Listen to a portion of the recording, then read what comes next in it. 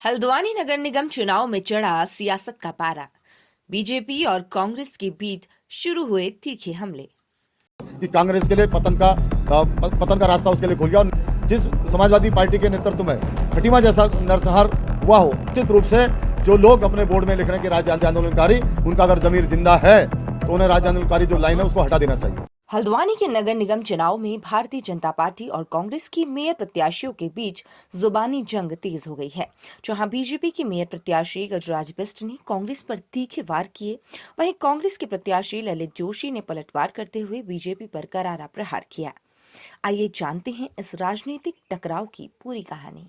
हल्द्वानी में BJP mayor प्रत्याशी गजराज बिष्ट ने प्रेस वार्ता के दौरान कांग्रेस और समाजवादी पार्टी के गठबंधन पर सवाल उठाए।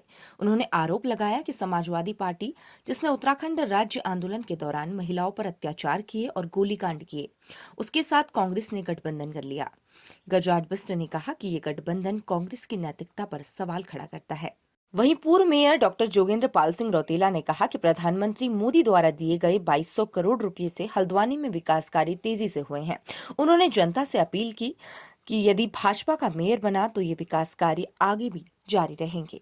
जिसके खुद के घर शीशे के होते हैं, इधर उधर दाएं बाएं नहीं निकलना चाहिए। उनको दूसरा पत्थर मारने की कोई नहीं। देखो, तो सर्टिफिकेट बिल्कुल नहीं देना चाहता कि मैं क्या हूँ। कांग्रेस प्रत्याशी ललित जोशी ने बीजेपी के आरोपों को खारिज करते हुए कहा कि जिनके घर शीशे के होते हैं वो दूसरों के घर पर पत्थर नहीं मारते। ललित जोशी ने बीजेपी पर निशाना साधते हुए कहा कि समाजवादी पार्टी के नेता मुलायम सिंह यादव को पद्म विभूषण सम्मान देने वाली बीजेपी पहले खुद की राजनीति पर सवाल उठाए।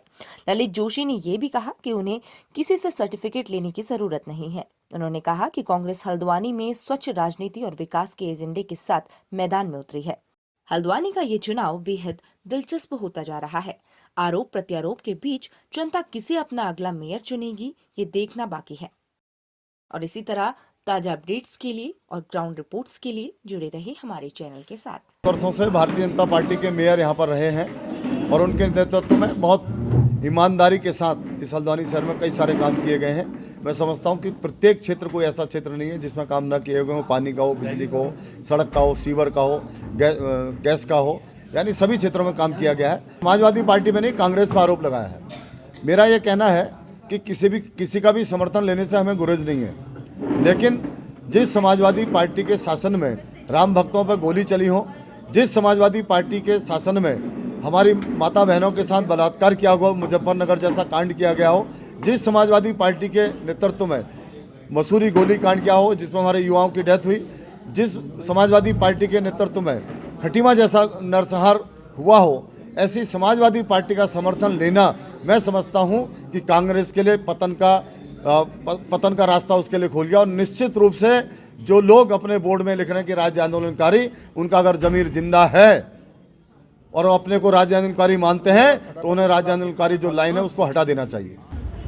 मैं पूछना चाहता हूँ, बेफालतू के बातों करने से भैया 2023 में या 24 में किसने उन्हें पद्मश्री दी थी? किसकी सरकार ने पद्मश्री दी थी?